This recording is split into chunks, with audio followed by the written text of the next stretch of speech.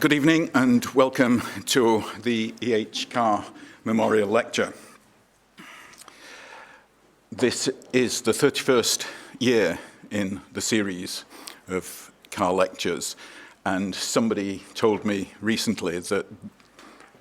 the United States told me recently that they had heard somebody say that this is now the most prestigious named lecture series in our discipline. It wasn't somebody from the department who said this, it was somebody outside in the United States. Edward Hallett Carr was the fourth Woodrow Wilson professor in the department, and he was here between 1936 and 1947. During these years, he consolidated his reputation as being one of the leading intellectuals in British life.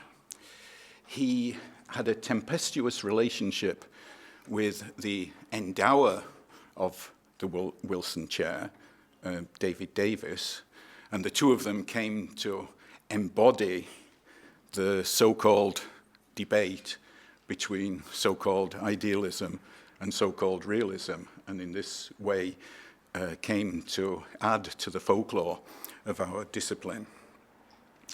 And in these 11 years, Carr wrote an enormous number of articles and books in different formats, newspapers and academic journals.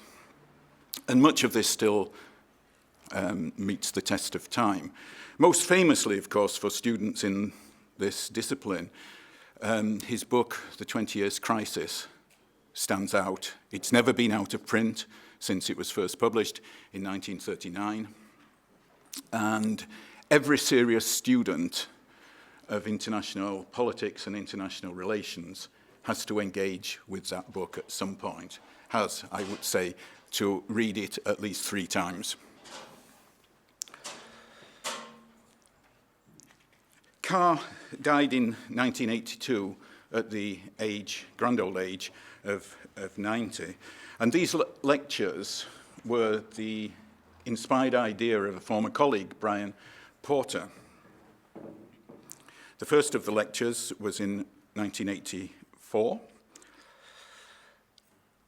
In the early days, the lectures were sponsored by the so-called Aberystwyth Papers Fund. The Aberystwyth Papers, some of you will know, was the title of the book of the famous conference that, again, Brian Porter conceived, which was celebrating the 50th anniversary of the department's founding. This was held, as some of you will know, in 1969. And I'm happy to say that the department of our speaker this evening is celebrating its 50th birthday in a couple of weeks' time.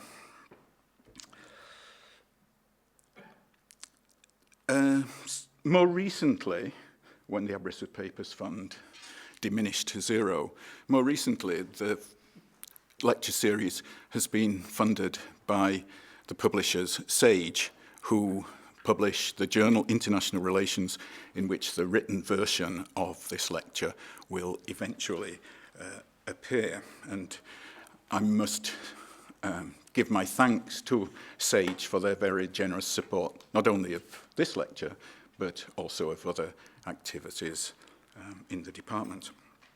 Over the years, the Carr Lecture has been given by a veritable who's who of distinguished figures who have something to say about international relations. Founding figures in the discipline, like Bill Fox, who gave the first one in 1984, international historians, Zara Steiner, philosophers, Raymond Geuss, who gave the lecture last year, political theorists, Brian Barry, sociologist, Ernest Gellner, international lawyers, Marty Koskaniemi, key US giants of US IR theory, like Robert Cohane and John Mersheimer, and giants of theorists in the United Kingdom, like Fred Halliday and our own Andrew Linklater, before he became the present Woodrow Wilson Professor. Joining this very distinguished list this evening, I want to welcome Professor Justin Rosenberg from the University of Sussex.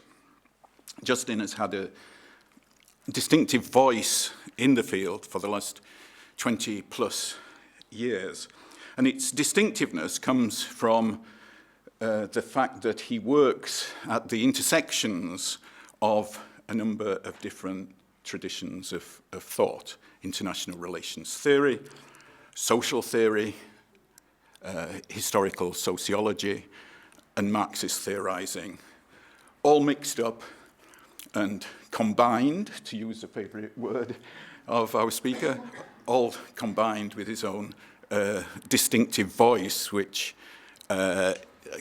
comes in part from having a degree in English and having done a lot of sociology in his time. There was a first phase, Rosenberg, which looked at IR theories, criticized IR theories from the perspective of these intersections that I mentioned. And then there is a second phase, Rosenberg, that has turned around the telescope in a sense and looks at the significance of the international for thinking about social theorizing in other areas of the social sciences and humanities. His books are widely cited: The Empire of Civil Society and the Follies of Globalization Theory.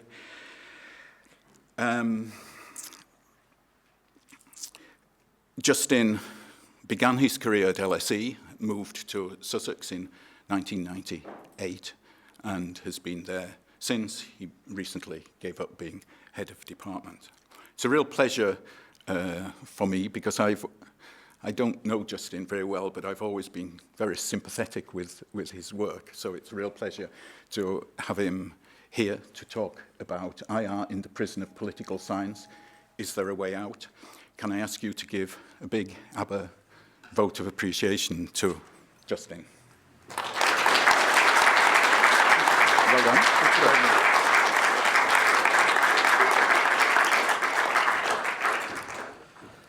Thank you, Ken, for your kind words, and thank you for inviting me to give this most prestigious lecture in the whole discipline. I was also told that by colleagues who were not related to Aberystwyth, so I feel very honoured by the occasion. Thank you for that, and thank you to all of you for coming this evening.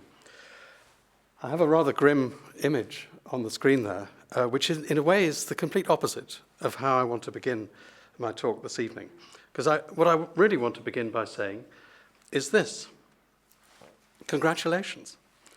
The discipline of international relations is nearly 100 years old.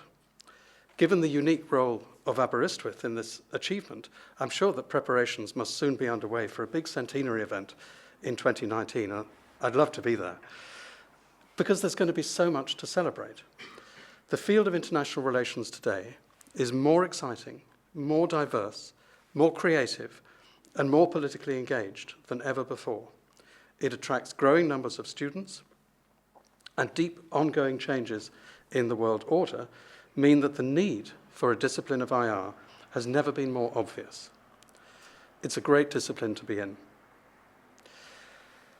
Now, I don't want to spoil the party before it's even happened, but I'm sure I'm not alone in noticing that international relations today is also experiencing a kind of crisis of confidence. In 2013, the European Journal of International Relations published a special issue, I'm sure many of you have seen it, called The End of IR Theory, in which the editors suggested that IR seemed to be exhausted and no longer producing big ideas. By contrast, around the same time, Ola Weaver has argued that international relations today contains more theory than ever, except that it's not IR theory, but theory imported from other disciplines. Christine Sylvester has analysed how all this theory is fragmented among numerous intellectual camps which no longer have a shared conversation about their common subject matter. Everybody's sitting around their own campfires, validating their sectarian position. There no longer is a common conversation about IR. And in this sense, she claims, it is indeed possible, and I quote, that IR theory per se is at an end. But here's the worst bit. If so, it's apparently not an end that is going to be particularly noticed elsewhere in the social sciences. Because as Chris Brown recently reminded us again, the external impact of international theory has been more or less negligible. IR has imported numerous ideas, but the traffic has been almost entirely one way.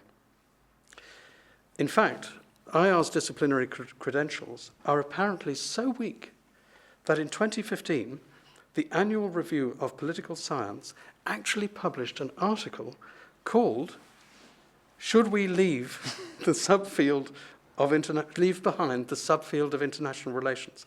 The nerve of it. In this article, the author considered whether, and I quote, "the IR subfield should be abandoned and its pieces allocated to new subfields of conflict, institutions, political economy, and political behaviour." Well, fellow students of IR, I have to tell you, we've had a narrow escape, because he eventually concluded that international relations should be left, for now, but mainly because breaking it up would cause new boundary issues among the replacement subfields. There was no suggestion at all in his argument that IR might actually have an important contribution of its own to make to the social sciences. So why are we in this peculiar situation? Why has the great flowering of IR as a field been unable to shake off this sense of failure and vulnerability? And what can be done about it? In this lecture tonight, I want to answer these questions in three main steps. First, I want to suggest that, strangely, IR has never quite been established as a field in its own right. It emerged as an extension of political science and has remained more or less trapped within a borrowed ontology. And I call this the prison of political science. And I think it explains our failure to produce ideas that can travel to other disciplines. But secondly, I want to argue that this is not a necessary fate at all. IR rests on a fundamental fact about the human world that is full of implications for the social sciences. This is, of course, the fact that the human world comprises a multiplicity of coexisting societies. And I think that knowing how to take intellectual possession of this fact and how to draw out its implications for other fields, these really are the key to reversing our intellectual trade deficit and developing ideas that can travel creatively. And so finally, I want to give an example of one such idea which I think could become a successful export from IR because it carries the importance of the international directly into the subject matter of other disciplines. And that's the idea of uneven and combined development.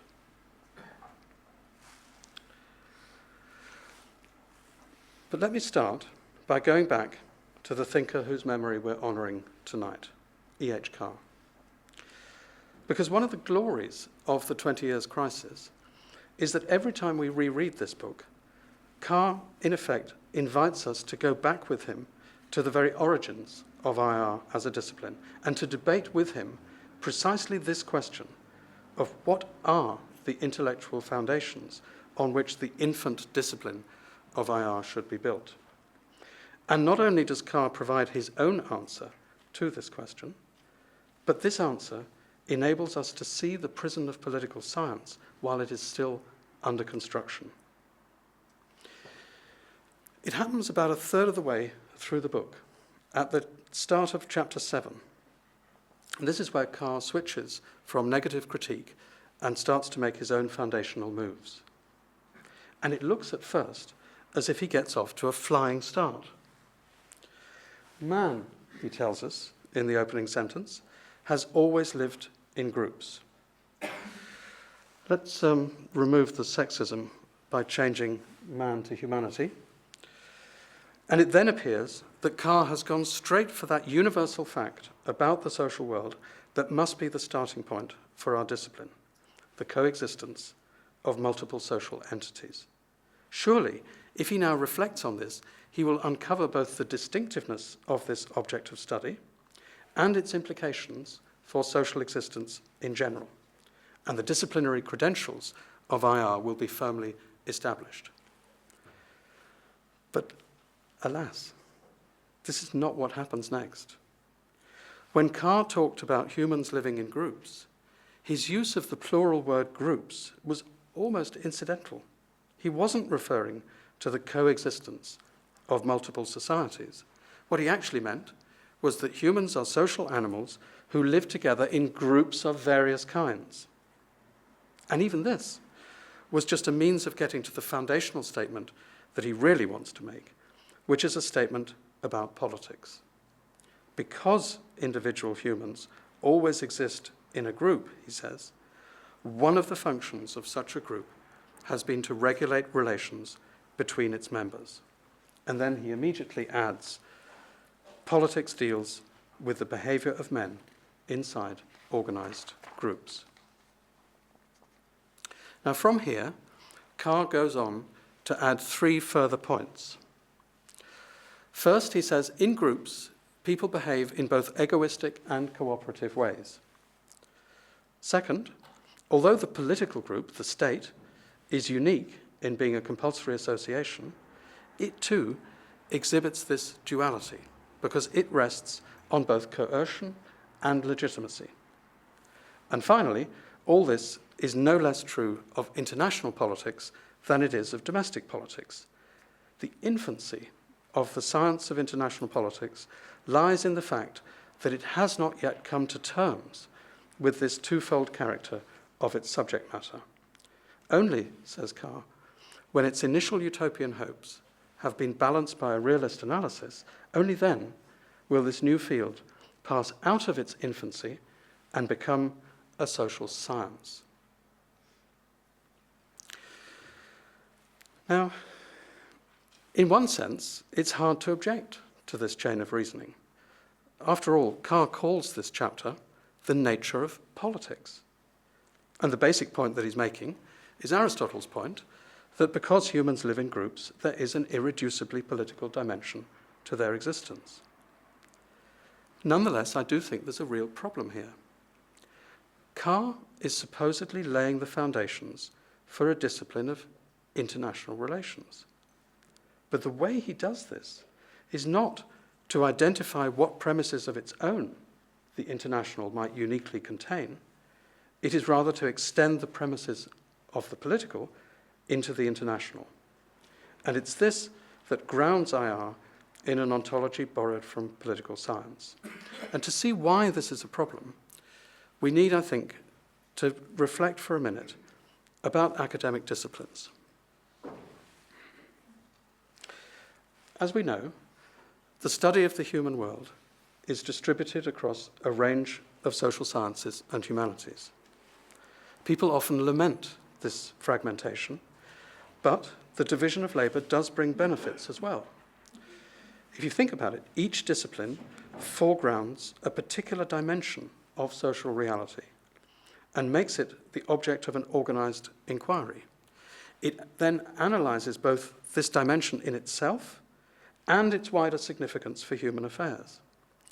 And as a result of this specialization, the analysis surely goes much deeper than it would otherwise have done. So, for example, geography specializes in the spatial dimension of human and natural existence, both what space means for society and how space is itself socially constructed in different ways, in different times and places. It's about, at the deep level, it's about spatiality. Similarly, history ultimately subtends on our existence in time, which explains its preoccupation with historical specificity, causal sequencing, and narrative forms of explanatory method. Temporality is to history what spatiality is to geography. Sociology is grounded in the fact that human lives are always carried on within wider structures of social relations. Society is its special object. It's no wonder that the agent-structure debate is perennial to that discipline. Sociology is, after all, the original home of the very idea of social structure. One last example, comparative literature. Comparative literature is not just the study of different national traditions of creative writing. At a deeper level, it's also about the properties of language itself, and about how, by extension, the social world at large, which is also linguistically mediated and produced, exhibits properties of textuality that invite hermeneutic deconstruction and analysis. Now, in each of these four cases, an academic discipline rests upon a specific feature of social reality: spatiality, temporality, social structure, and textuality. But here's the interesting thing. This very specialization is at the same time the secret of their interdisciplinary potential. It's precisely because each of these disciplines has taken possession of something that is in fact general to the social world. It's because of that that their local investigations can produce concepts that can suddenly travel and be applied right across the human sciences. And we see this happening again and again, whether it's the spatial turn coming out of geography, the Braudelian idea of temporal conjuncture from history, Wallerstein's world systems theory, which of course originated in sociology, or indeed post-structural and post-colonial theories today, in which literary scholars like Edward Said, Homi Bhabha, and so on have played such a prominent role.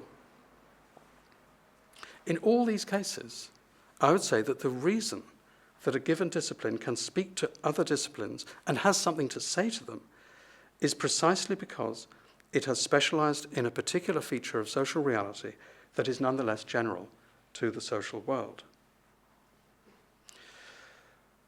So, the question naturally arises: what general feature is the special preserve of IR as an intellectual discipline, enabling us to speak to other disciplines in our own language about their particular subject matter? If we ask this question of the 20 Years' Crisis, the answer actually is nothing. IR emerges from its infancy not by finding its own voice and object, but by accepting that it is simply an extension of another discipline, the science of politics. Only when the same assumptions are accepted for international politics as have been since Aristotle recognized for politics, only then will the science of IR exist. And here I think we can see the foundations of the prism being laid. Because if IR is just a subfield of political science, then the only identity available for it becomes a negative one. It studies politics, but in the absence of central authority.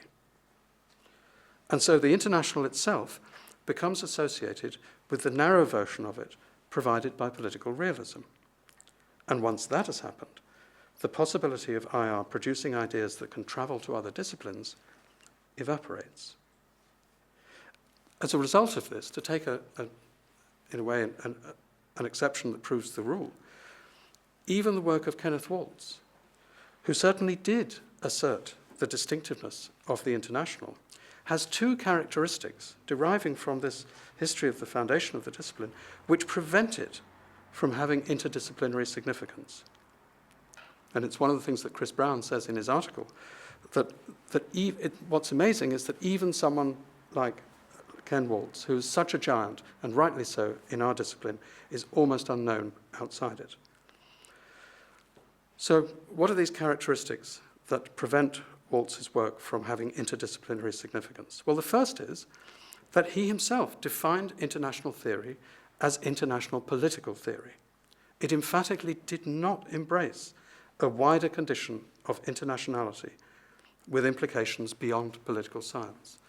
And Waltz repeatedly challenged his critics to show how such an extension could be made without just replacing theory with thick description.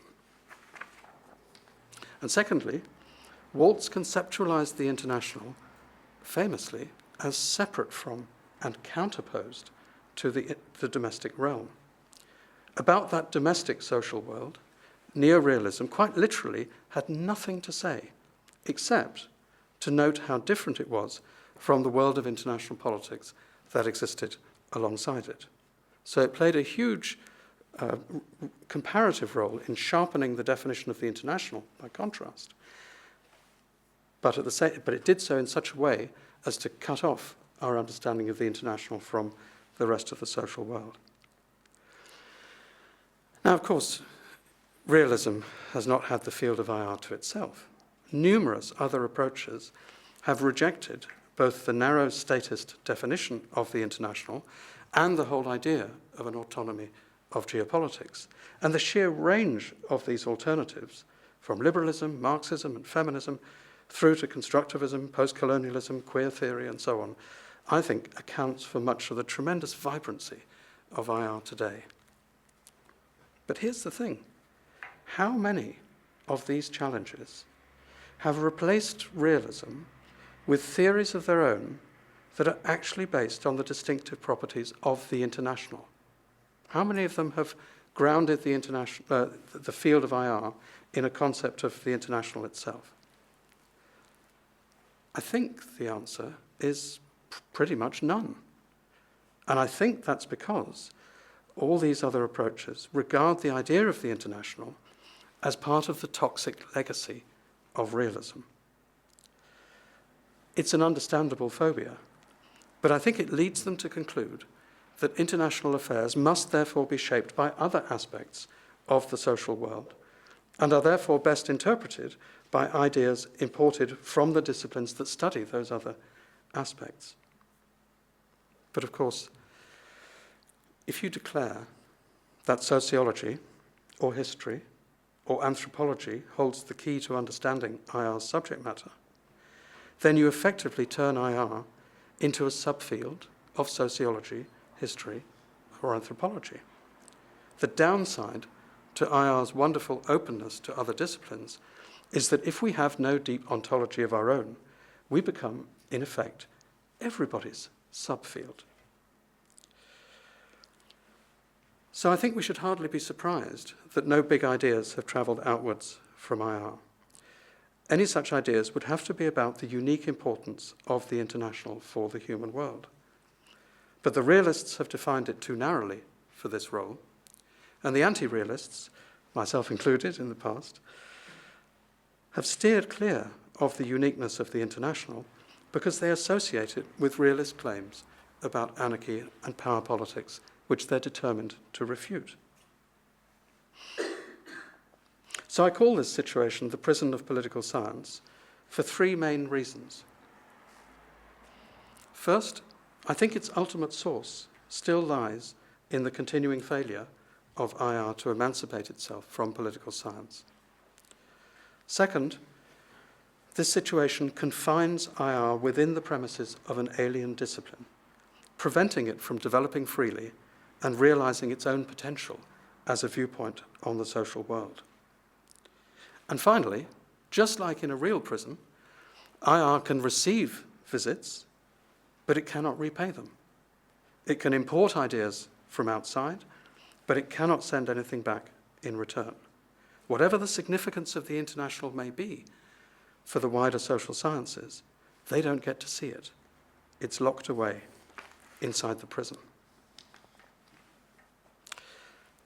But now I want to argue that this is not a necessary predicament at all. Just like geography, history, sociology, and so on, IR has an ontology of its own, one with enormous significance for all the human sciences. This ontology is not the property of any one particular approach, of any one of those campfires that Christine Sylvester described so memorably. It's our shared inheritance as a discipline, and I think it's our way out of the prison of political science. So, let's return to that big question. If geography subtends on our existence in space, and if sociology analyzes the relational quality of human life, what general feature of the social world provides IR with its deepest ontological premise? Well, in my experience, no matter how much we twist and turn this word international in our hands, it always ends up presupposing the same basic thing, namely, that human existence is not unitary, but multiple. It is distributed across numerous interacting societies. This is the basic fact about the human world that justifies the existence of IR as an academic discipline. No other discipline, not even political science, subtends fundamentally on this fact of societal multiplicity. It's uniquely our ontological premise. And it has remarkable consequences for the social sciences. Some of these consequences are half known to us already, but I think we half know them under the negative sign bequeathed to us by political science, the sign of the absence of overarching government. We do not yet know them fully under the positive sign of the international, the co-presence of multiple interacting societies.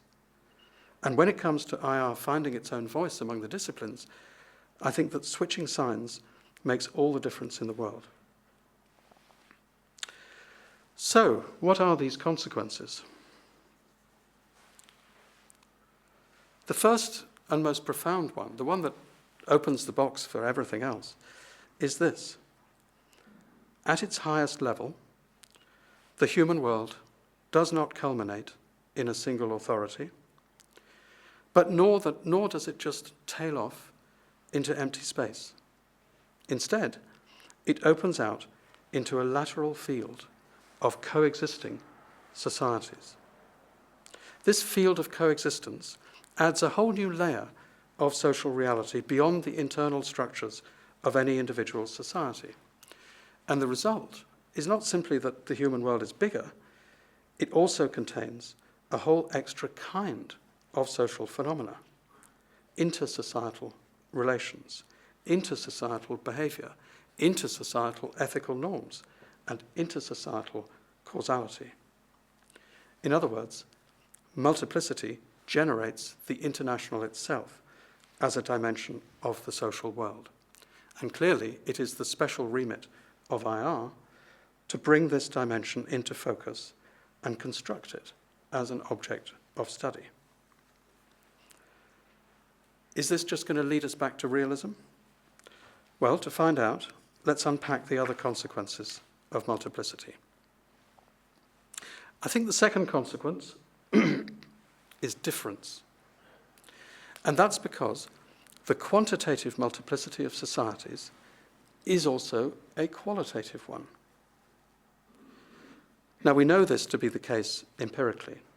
We know that societies differ from each other in all kinds of ways: size, power, culture, history, and so on.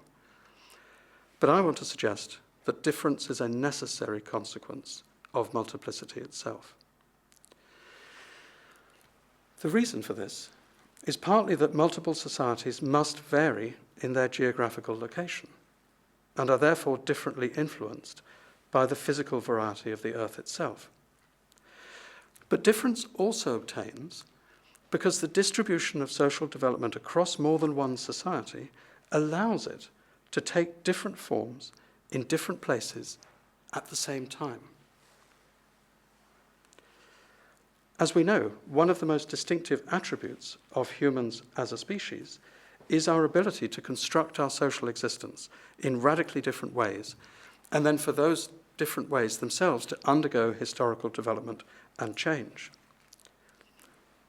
Multiplicity converts this attribute into a concrete variety of societies that actually coexist in space and time. And that, I think, is really important because it means that the international inscribes difference and multilinearity into the nature of social development itself. But multiplicity is not just about coexistence and difference. It also compels societies into interaction. And this is because it imposes a common condition on all societies. They all confront the fact that the human world extends beyond themselves. And that is a source, as we know, both of dangers and of opportunities. It's a danger because processes occurring outside can become threats to a society's interests or even survival. During the long 19th century, dozens of Asian and African societies were completely overwhelmed and extinguished as independent political entities because the Industrial Revolution happening elsewhere had increased the power of European states whose very existence had barely been known to them before. But it's also an opportunity because differences between societies can be the basis for trade and for importing knowledge and resources produced by differential development elsewhere. So multiplicity leads to interaction because societies have to manage their external environment through diplomatic and military means in order to survive. And if they want to benefit from the opportunities of difference, they have to develop structures of interdependence too. And in fact, as we know, all modern societies do both of these all the time. This is international relations as mainstream IR theory knows it: geopolitics and interdependence. But the implications of multiplicity don't stop there. And that's because interaction brings with it a fourth consequence. No society undergoes a history that is truly unilinear and self-enclosed. All societies are therefore, to a greater or lesser extent, ongoing combinations of local patterns of development with external influences and pressures of all kinds. And this can apply even to their most apparently indigenous elements. What could appear more English than the English language? And yet we know, it only takes a minute to reflect, and we know that it's actually a mixture of the Latin, Saxon, Norse, and French languages, among others. And those different ingredients are not just linguistic influences, they're the sedimentation in language of the influence of the Romans, Saxons, Vikings, and Normans on Britain's social and political history as well. And this, I think, has a really dramatic implication, both for international relations and for all the other social sciences, because it shows us that the international dimension is not simply a matter of external relations. Through interaction, multiplicity reaches into the inner constitution of societies themselves. But finally, if human societies are multiple, varied, and interactive, then it also follows that the process of world development overall cannot be unilinear or even just multilinear. It must be a fully dialectical process. Let me give an example to illustrate what I mean. In 1620, Francis Bacon wrote that the modern world was marked off from the past by the impact of three main inventions: gunpowder, the printing press, and the magnetic compass. Between them, he wrote, these inventions had done more than any empire or religion to lift Europe out of the darkness of the Middle Ages. Now, Bacon didn't know this, but all three of these inventions had originated in China and had been transferred to Europe through processes of indirect trade and communication. But this is not just a general point about interconnection, because, of course, when they turned up in Europe, these Chinese inventions were inserted into a completely different social setting, and they were therefore developed in new directions and with results that they never had in China and were probably never going to have in China.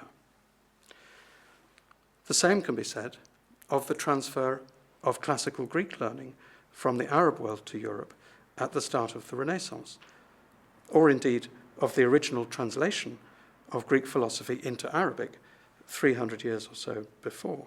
In all these cases, the dialogical transfer of something out of one society and into another sets in train a new and different process of development that inflects the wider course of world history itself. And conversely, viewed in that wider frame, even something like the rise of the West turns out to have been rooted in a dialectical causality generated by the interactions of multiple societies. So what do these 5 points tell us about the subject matter of IR?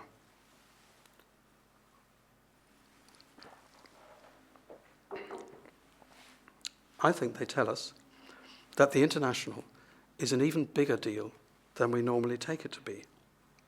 It certainly is the field of geopolitics and interdependence that realist and liberal theories say it is, but it is also the implications of societal multiplicity for all the so-called domestic aspects of social life as well, for social structures, economic systems, intellectual production, cultural phenomena, and so on.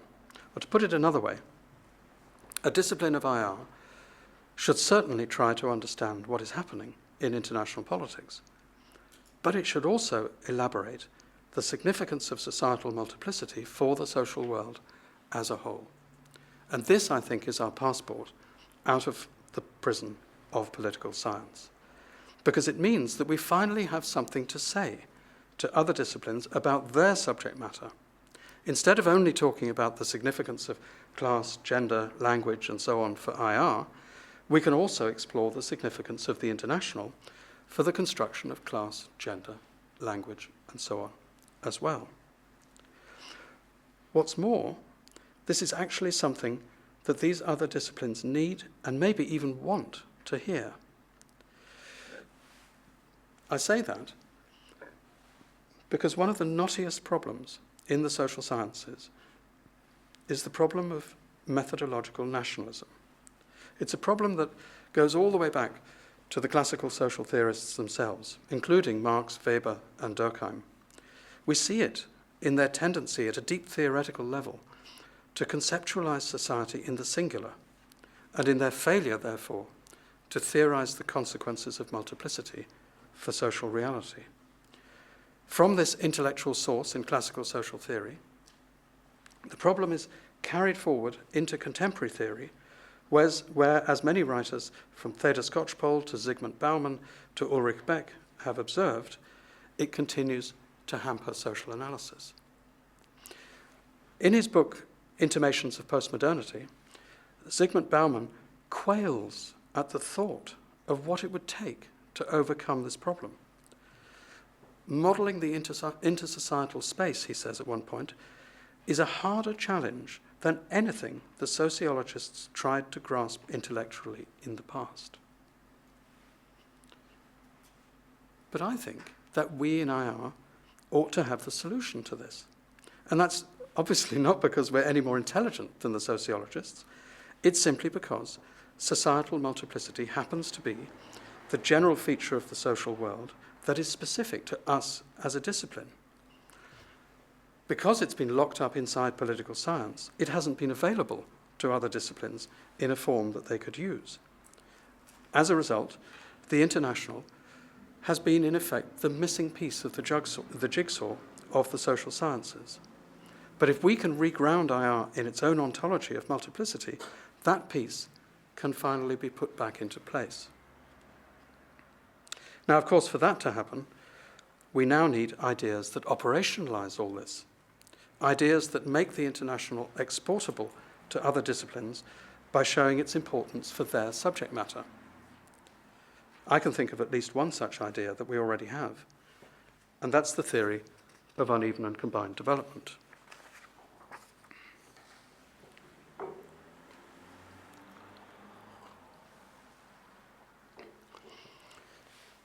As I'm sure you all know, this theory was originally formulated completely outside IR by Leon Trotsky, at the start of the 20th century. But it works precisely by operationalizing the 5 consequences of multiplicity that I've been outlining. And this enabled Trotsky to overcome a major instance of methodological nationalism at the time.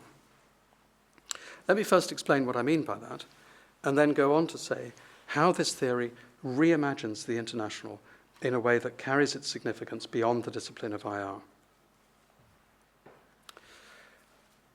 At the start of the 20th century, Tsarist Russia was undergoing rapid capitalist development. But it was not retracing the experience of the Western countries as the Communist Manifesto apparently implied that it should. Marx and Engels say there that capitalism was going to create a world in its own image, wherever it spread. But state-led industrialization in Russia was producing quite different social structures from those of Western Europe.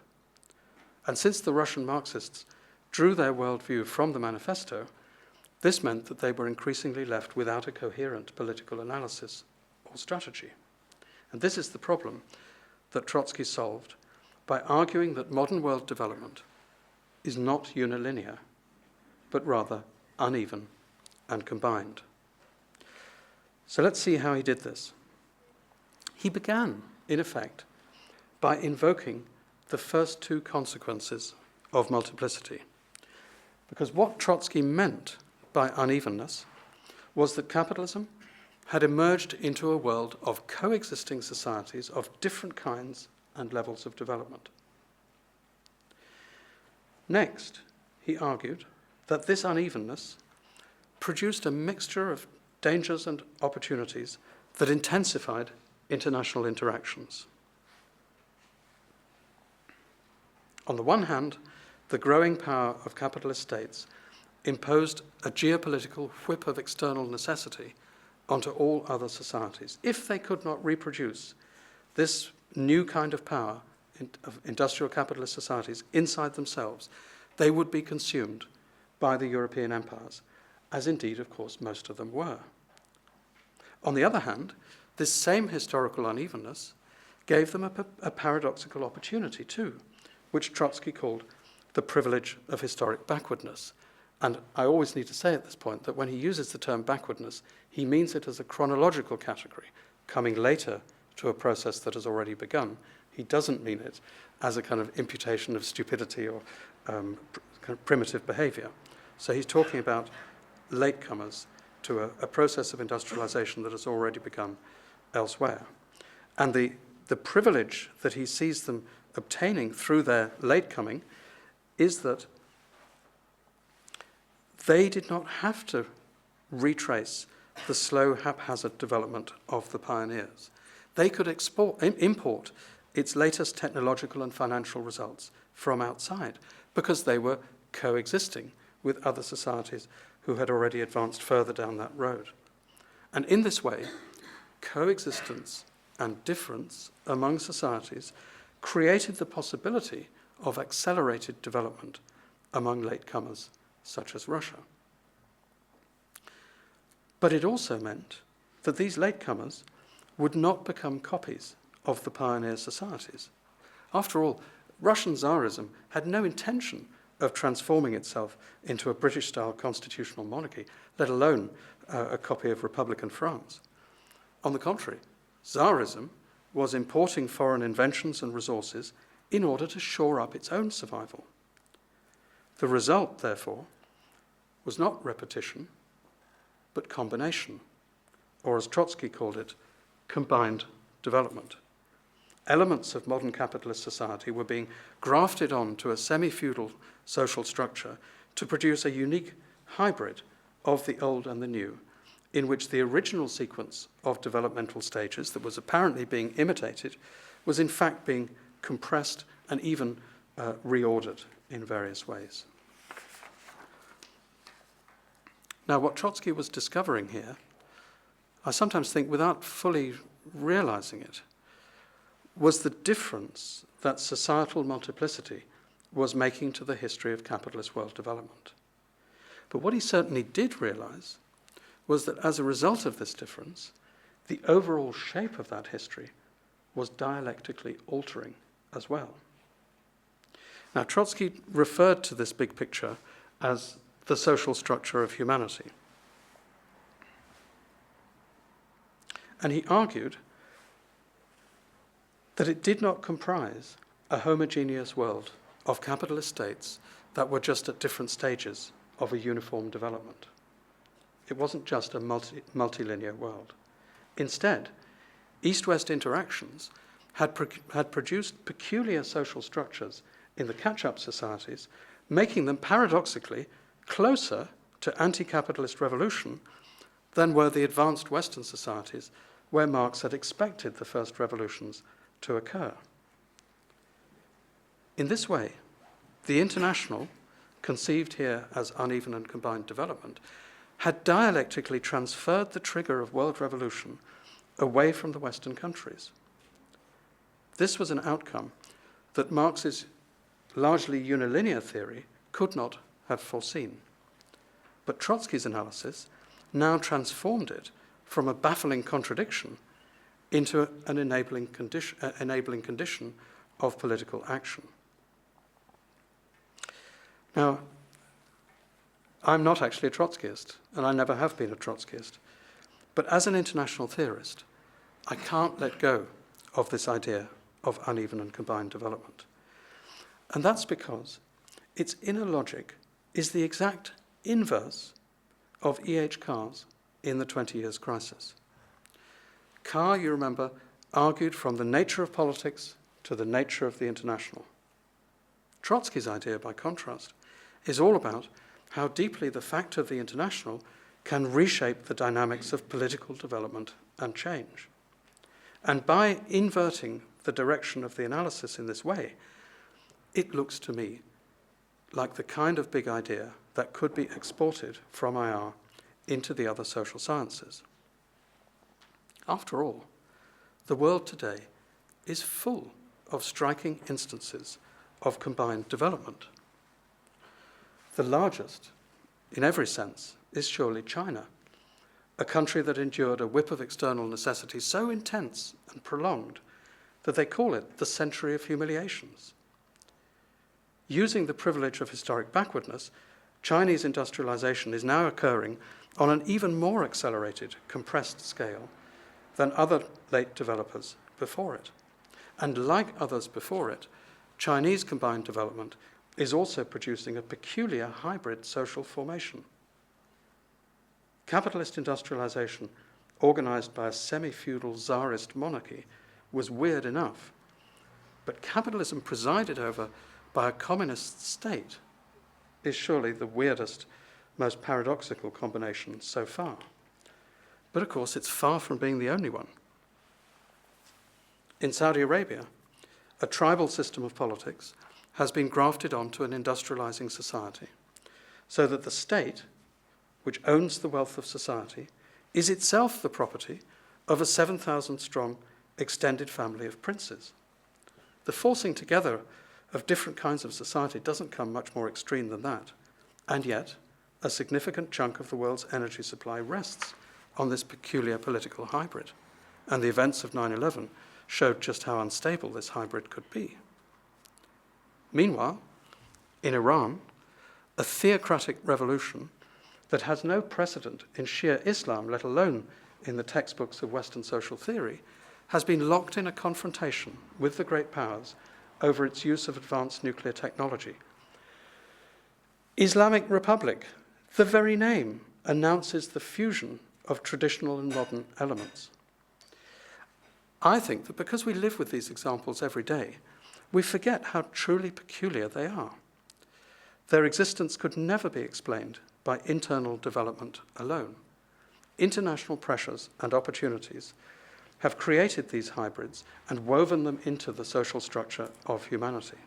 They demonstrate the relevance of Trotsky's idea in contemporary social analysis. But they also do something else. They help us to finally correct the balance between IR and political science. For nearly a century now, political realists have defined IR as a subfield of political science. We already know that it's much more than that. The consequences of societal multiplicity extend across all the different fields of human action and thought. But among these different fields is, of course, political science itself. If it now turns out that the real-world political systems studied by political science have themselves been interactively produced, and this is what explains their individual peculiarities, then it must follow that, in this respect, political science is a subfield of IR.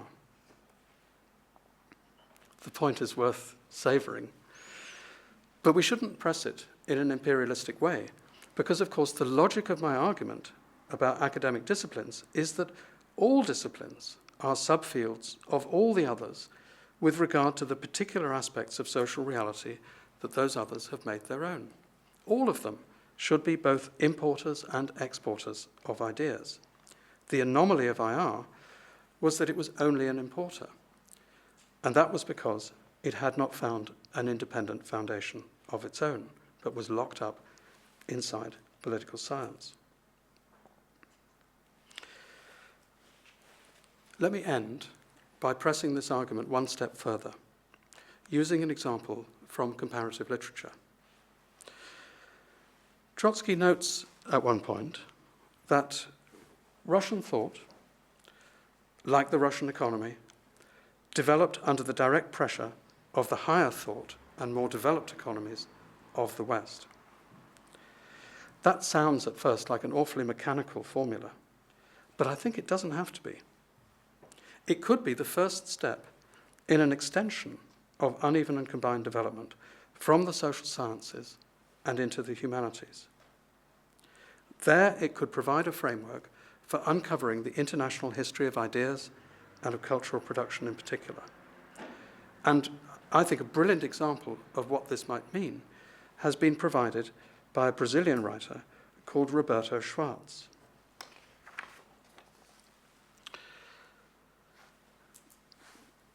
Roberto Schwartz is a Brazilian literary critic, and he analyzes the rise of the Brazilian novel after national independence in 1822. And he argues that this literary trajectory was part of a wider cultural process in which a new Brazilian intelligentsia was scrambling to assemble what were then seen as the accoutrements of modern civilized society. The European novel, a literary form that gave expression to new kinds of private and public identity associated with bourgeois society, this was among the most prominent of these accoutrements. Brazil must therefore produce novels of its own. But there was a problem. Unlike England and France, 19th century Brazil was not a bourgeois society. On the contrary, it was based on aristocracy, clientelism, and outright slavery. And this provided no basis for the plot form of the European novel, which explored the fate of socially constructed individuals adrift in a depersonalized world of commercial relations. The result of this mismatch was a first generation of Brazilian novels that were necessarily superficial and inauthentic, not engaging with the reality of Brazilian society at all.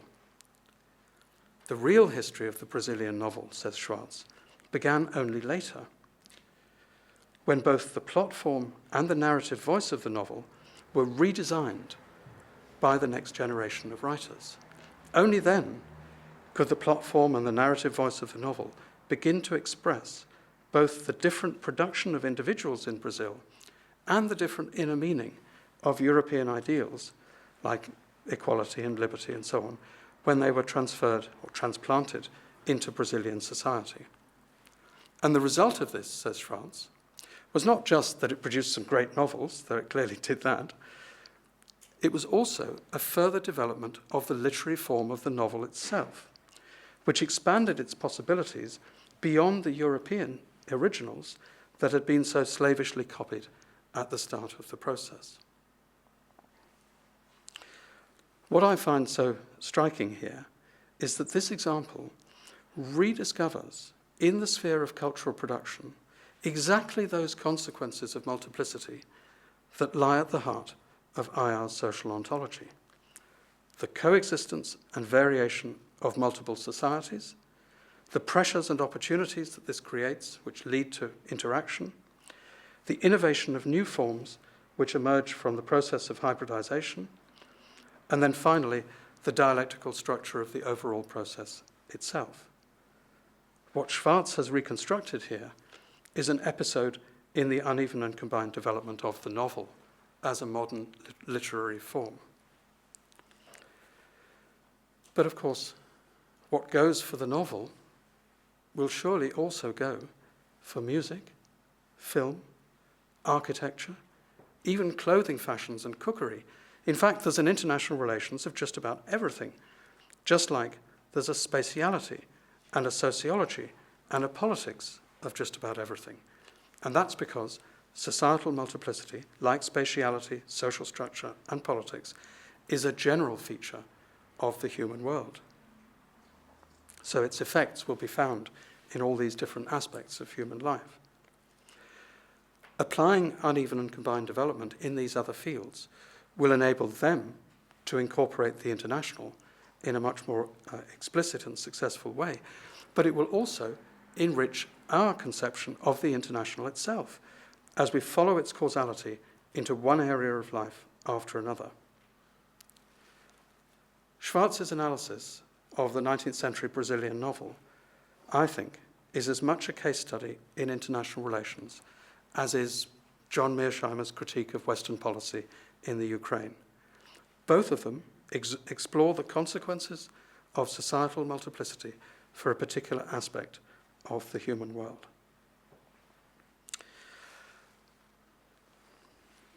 And so, as the centenary of IR approaches, I think it's time for us to leave behind the prison of political science. When we reflect on the consequences of multiplicity, we find that the foundations of an independent discipline already exist. If we turn away from our campfires and look outwards, we start to discover the enormous constitutive significance of the international for the social world in all its dimensions. As we piece together the different elements of this, IR surely can become a producer of big ideas for the social sciences and the humanities. We may even stop talking about the end of IR theory and start talking about the beginning of IR theory, because we will realize that in reality, it's only the prehistory of this discipline that has been ending. And if that is the case, then we will indeed have every reason to celebrate. So even though I know this is a bit premature, let me be the first to say it. Happy 100th birthday, IR. Thank you very much.